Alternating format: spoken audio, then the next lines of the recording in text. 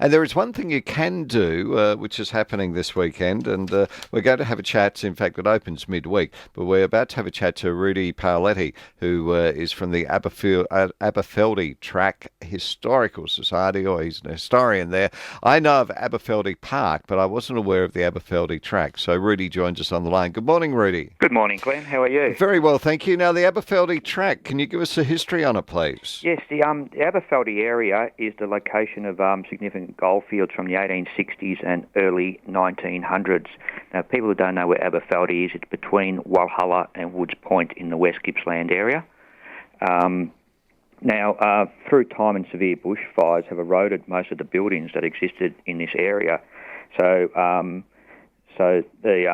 particular project we are doing is aiming to protect what is left of for future generations and to tell stories of a bygone era. Now, I believe, Rudi, this track actually was a very important mode of transport or reason for transport during that gold rush period. Is that right? That is correct, yes. There's a network of tracks all over the place. Some were used was so steep and narrow you could only use pack horses. And some tracks were quite well defined where you can use stagecoaches as time went by. So, there's a network of tracks to all little areas. And not only is it just linked to Aberfeldy, there's little regions, pockets of regions in the area known as like the Jordan Goldfields or the Fulton's Creek Goldfields and Donnelly's Creek.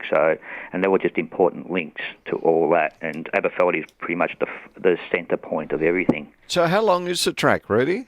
The track is, I'm just trying to think, it's quite... it's over 100 kilometres long, isn't it? 100 kilometres, yes, correct. Yeah. 180 kilometres, in fact. Yes. Oh, okay. Yeah. So to actually do it, you have the opportunity of driving. You can obviously walk some distances, but to actually drive it is what you're encouraging people to do. Yes, we are encouraging to drive. Some areas you can get through with conventional vehicles, but majority of the track is four-wheel drives, but it's not hard four-wheel driving at all.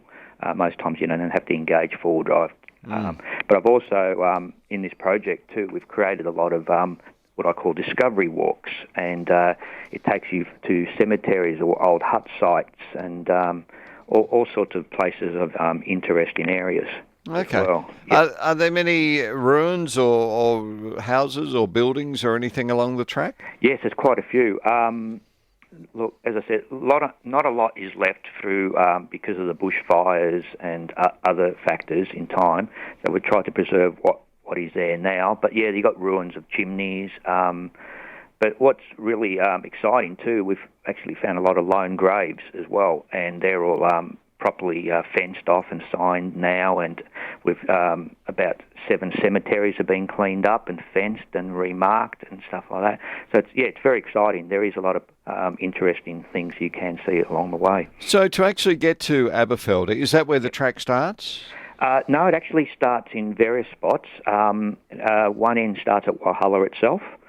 One other end starts from Woods Point. Or you can also start at the iconic Thompson Dam Wall, which most Melburnians would know. It's our major source of our water, and that's a good, brilliant place to start with a very good scenic spot and looking at the dam wall and other various little areas. So, and it all sort of feeds into going towards the Aberfeldy township or locality as we know it today. So I'm thinking head off to Moe and take the Walhalla Road, turn left at Moe and head up into the hills. Is that right? Definitely. Yeah. That'd be the way to go. And and you see the best of both worlds. You go and have a look at Walhalla.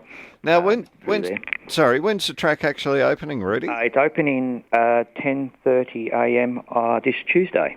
So Tuesday morning. Tuesday morning, yes. If anyone wants to go along there. Yep. And it's obviously signposted all the way along the track. Yeah. Look, it's very easy. Just follow the signs, and your best, quickest way to get there is via the Thompson Dam Wall, and that's very well signposted. So, you cannot get lost. Yeah. Yep. Donnelly's Creek's in that area as well, isn't it? Definitely. From recollection's sake. Yeah, that's one of my favourite spots, Donnelly's Creek. It's very historical, and I've discovered a lot of new places there. And we've got some great sites there to visit. I've created a historical walking track through there to the cemetery, which is...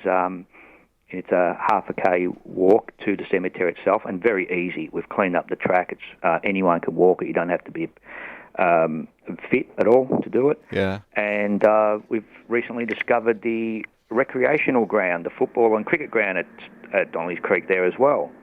So that's all signposted as well, and that's it's really worth going and have a look there. And we've redone all the cemeteries and lone graves in that area. It's fantastic. It's a beautiful part of the world, just to the east of Mount Baw and the national park there too. Yes.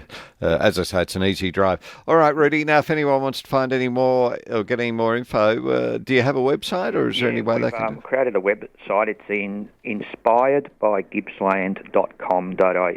So inspired IN, so it's inspiredbygippsland.com.au. Go to it and that'll tell you more about the track. Hope it all goes well on Tuesday for you for the opening too. Thank you very much, Glenn. Thanks for your time. Pleasure. Take care. Rudi Paoletti there from the Aberfeldy track. As I say, I knew Aberfeldy Park here in the city, but Aberfeldy track I wasn't aware of. But having a look on the map, it's really simple. Moe, turn left and head towards Walhalla, and that part of the world in Victoria is just stunning up there by the Mount Baw National Park, and as he mentioned, Woods Point at the top end of it as well.